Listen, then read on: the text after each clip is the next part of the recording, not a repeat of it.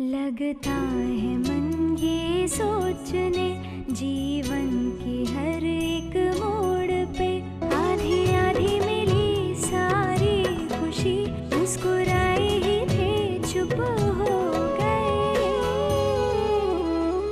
जिस घर में आंगन में रहूं उसकी भी होकर मैं ना हूं। कैसे कहूं किससे कहूं कि मैं इस घर की छोटी बहू। ऊ सब बाहर देव बाबू का सांकेतिक शब्द बनाए रहे हैं अंतिम संस्कार के लिए।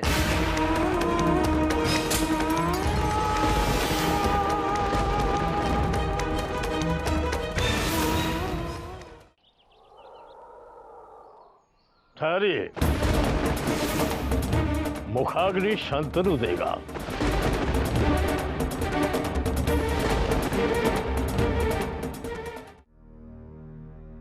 बहुरिया कहाँ जा रही है? मुझे जाने दीजिए अम्मा जी। पगलाए गई है का बहुरिया? वो कोई अपराधी नहीं है अम्मा जी जो हम उसे इस तरह से कमरे में बंद रखें। मैं दरवाजा खोलने जा रही हूँ।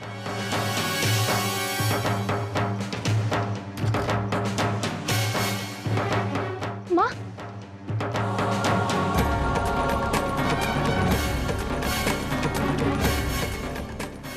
जल्दी चलिए, इससे पहले वो सांकेतिक शब्द का अंतिम संस्कार कर ले। हमें उन्हें रोकना होगा। माँ, माँ चलिए ना।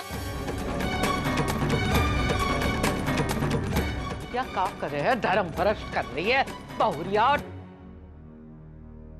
आप सब यहाँ फिर से? छोटी बहू, जानती हो सब क्या कह रहे हैं? घनघोर बारिश हुई, दाह संस्कार हो ही नहीं पाया। कृष्णाय गोविंदाय गोपी जन वल्लभाय। पूजा खंडित हो गई।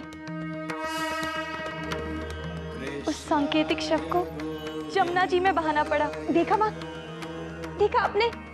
उनका अंतिम संस्कार नहीं हुआ क्योंकि मेरे कान्हा जानते हैं, वो जानते हैं कि मेरे पति जिंदा है। देखा आप सब लोगों ने? अब तो आपको मेरी बात पर विश्वास हुआ ना? मैं जाकर अपने कान्हा को धन्यवाद देती हूँ।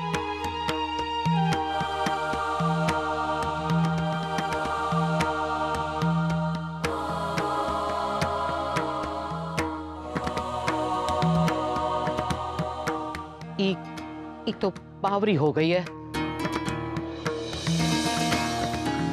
लेकिन हम सबके मगज तो ठिकाने हैं ना। महन जी, आप तो धर्म के रक्षक हैं।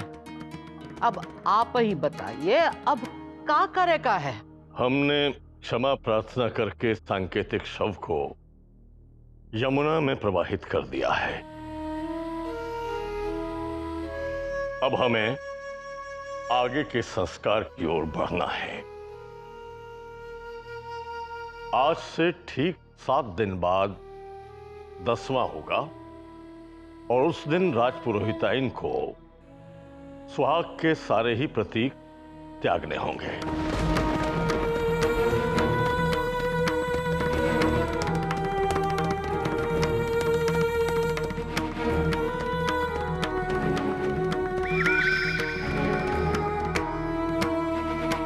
हम सबको गरुड़ पाठ शुरू करेगा चाहिए, जो 10वें के दिन खत्म होवेगा। हाँ डॉक्टर साहब, सदमा तो है, लेकिन जब वो वापस आ जाएंगे तो सब ठीक हो जाएगा। मैं उन्हें नाश्ते के साथ वो पीली दवाइयाँ दे रही हूँ। मैं आपको खबर करती रहूँगी। राधे राधे।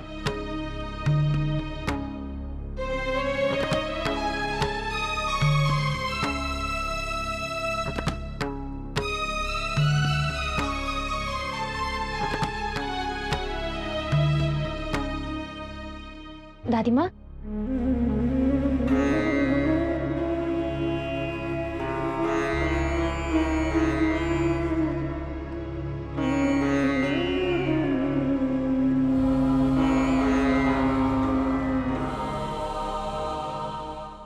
एक समय शनकादि ऋषि विष्णु क्षेत्र में स्वर्ग की प्राप्ति के लिए शस्त्र नामक यज्ञ को कराने लगे।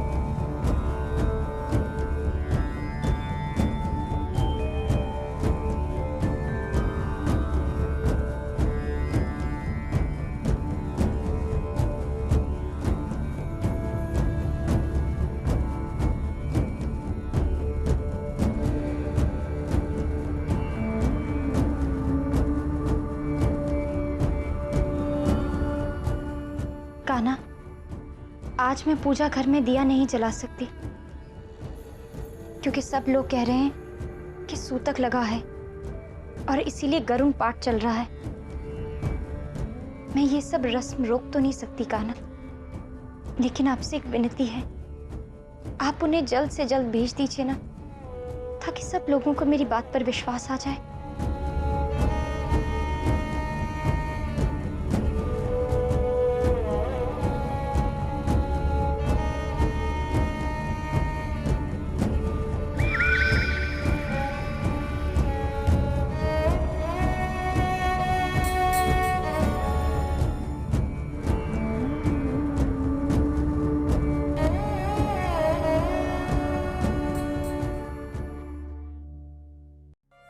विवेक भैया, मैं सोच रही थी क्यों ना हम एक बार मथुरा के अस्पतालों में पूछवा दें। खाई के नीचे से एक रास्ता उस तरफ भी जाता है ना, तो शायद किसी ने उन्हें वहां पहुंचवा दिया हो। एक बार आप फोन करके पूछिए ना।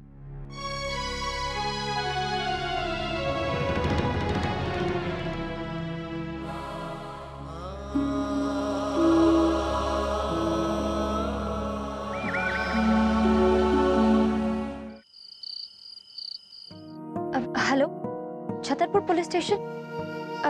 जी, मैं जानना चाहती थी कि 6 दिन पहले जो दुर्घटना, जी श्री देवराज पुरोहित के बारे में जानना चाहती हूँ।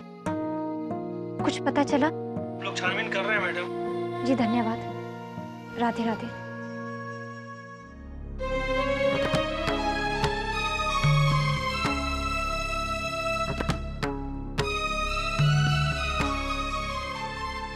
आपकी देखभाल से काफी सुधार आया है इनमें। ये तो सब कान्हा की कृपा है डॉक्टर साहब। देखिएगा, मेरे पति को भी वो जल्द से जल्द लौटा देंगे।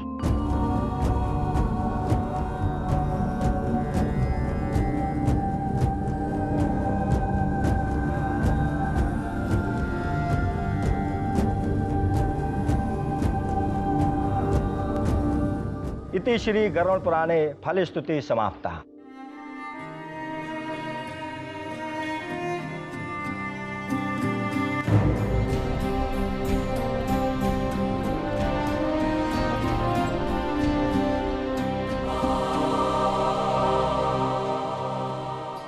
हम सब परमपिता परमात्मा से प्रार्थना करते हैं कि देवराज पुरोहित की आत्मा को शांति मिले, उन्हें स्वर्ग में स्थान मिले।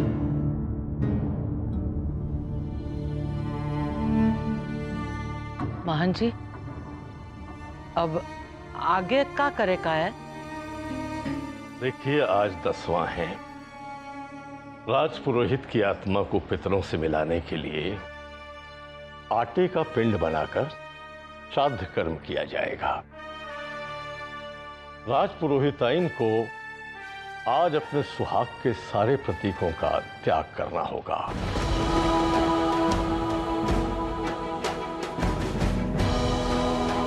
रंगीन वस्त्रों की बजाय श्वेत वस्त्र धारण करना होगा।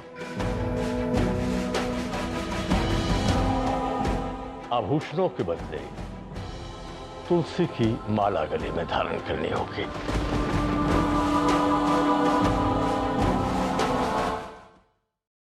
हम लेके आवे उसको? जी हाँ। पर वो कैसे आएगी?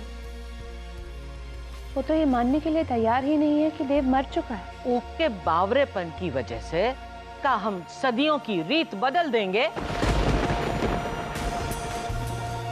हमरे साथ चलो, उसको बुला के लावत है। चलो। कान्हा, मेरा विश्वास डगमगा रहा है। मेरे विश्वास को टूटने मत देना। उन्हें जल्द से जल्द भेज दो।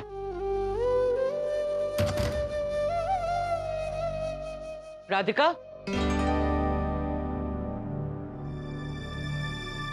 अम्मा, वो आ गए हैं क्या?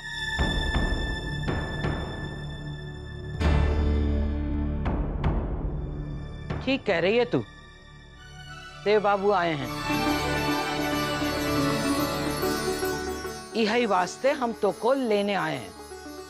मैंने आपसे कहा था ना, वो जरूर आएंगे। अम्मा, मैं बस 1 मिनट में आई। धन्यवाद कान्हा, वो वापस आ गए। मैं जानती थी आप मुझे हारने नहीं देंगे। धन्यवाद।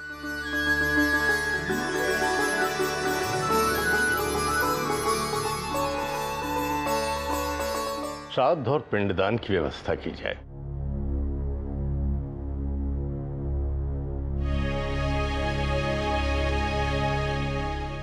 कहाँ है वो?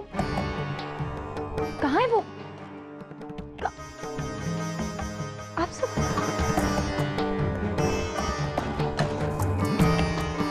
अम्मा, कहाँ है वो? कौन? देव बाबू ना आए हैं और ना कभी आवेंगे। जो एक बार दुनिया छोड़कर जावत है, वो लौट कर वापस ना आवत है। ये अब क्या? हम तो को यहाँ तोरे सुहाग की सारी निशानियां मिटावे के लिए लाए।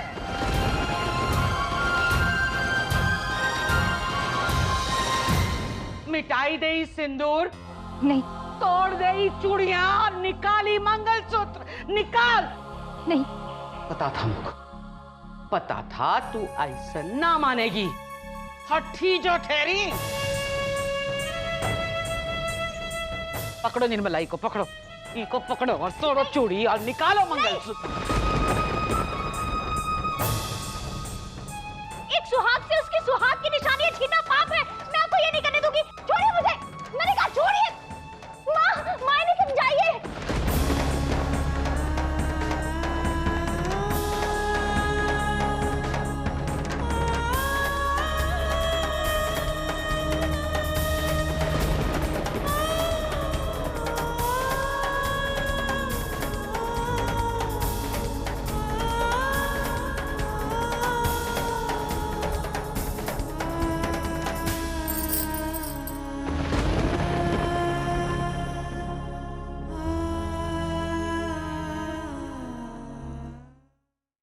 पकड़ो इका, इका सिंदूर मिटाए का है। नहीं, नहीं।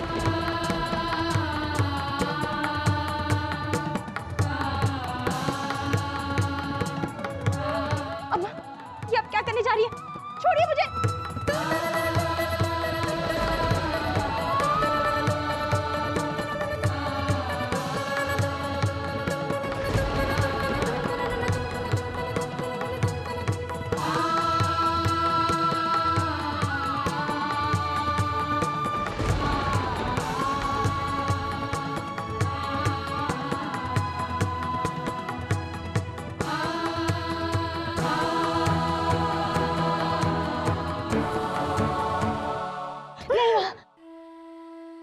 मत पूछिए इसे। अब ये सिंदूर मेरी मांग से कोई नहीं पोंछ सकता। मेरी मांग का ये लाल रंग मेरा अधिकार है माँ, जो मुझे समाज ने दी। मत पूछिए। अम्मा, आप पहले भी मेरी मांग का सिंदूर पोंछना चाहती थी ना, लेकिन उस समय भी मेरी मांग सुनी नहीं रही। और आज भी ये सिंदूर मेरी मांग से खून बनकर बह रहा है। ये मेरे कान्हा की मर्जी है। मैं आपको इसमें हाथ नहीं लगाने दूंगी। राधिका, राधिका, राधिका।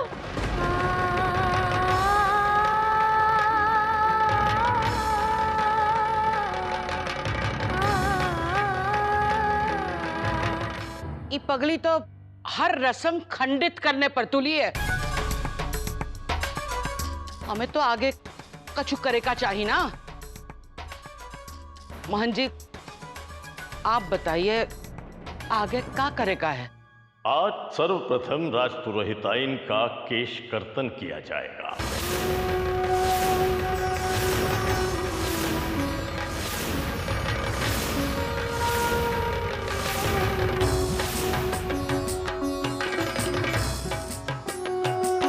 वैधव्य के पहले 7 वर्ष इन्हें केश विहीन रहकर बिताने होंगे। अब यही रिवाज है तो निभाना तो पड़ेगा।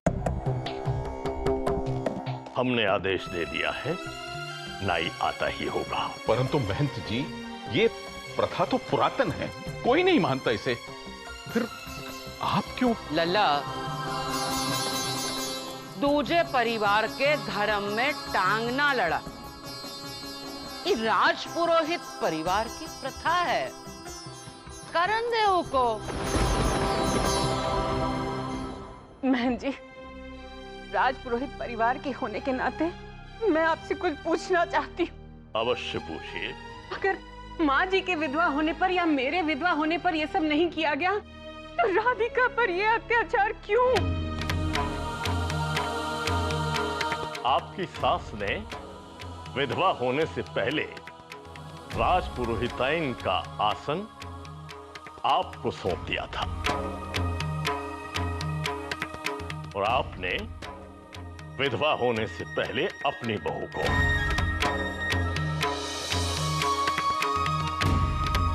परंतु राधिका राजपुरोहिताइन के पद पर आसीन रहते हुए विधवा हुई हैं, इसलिए ये कर्मकांड उनके लिए नितांत आवश्यक है।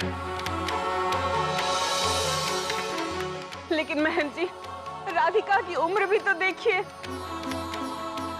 क्या इसकी उम्र है ये सब? नहीं। अभी मां उम्र का सवाल कहां से आ गए हो? विधवा चाहे जवान हो चाहे बूढ़ी, विधवा ही कहलाएगी। आप सही कह रही हैं।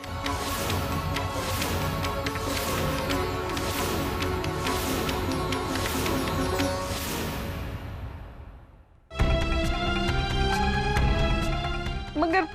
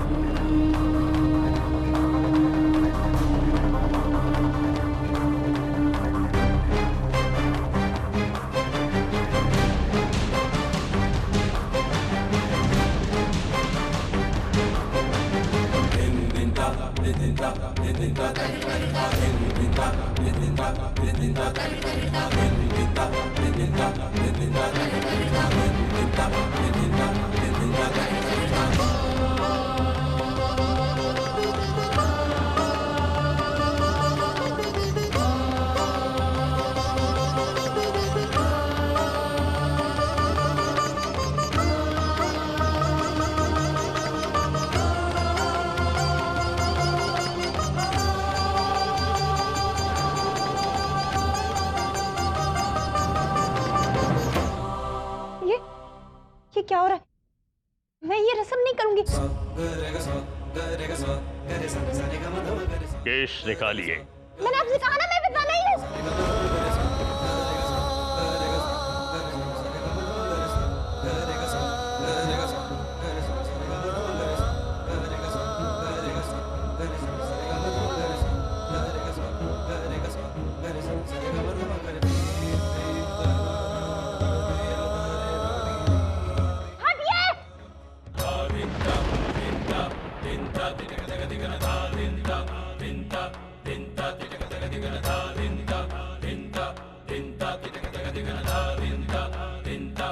कोई भी मेरे सामने नहीं आएगा, कोई भी नहीं आएगा।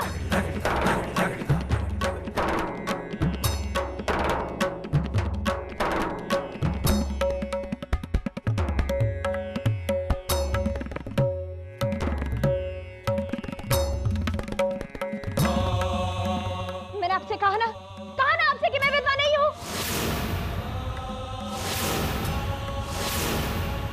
मैं अब भी एक सुहागन हूँ और विधवा के साथ होने वाली कोई भी रस्म मेरे साथ नहीं होगी।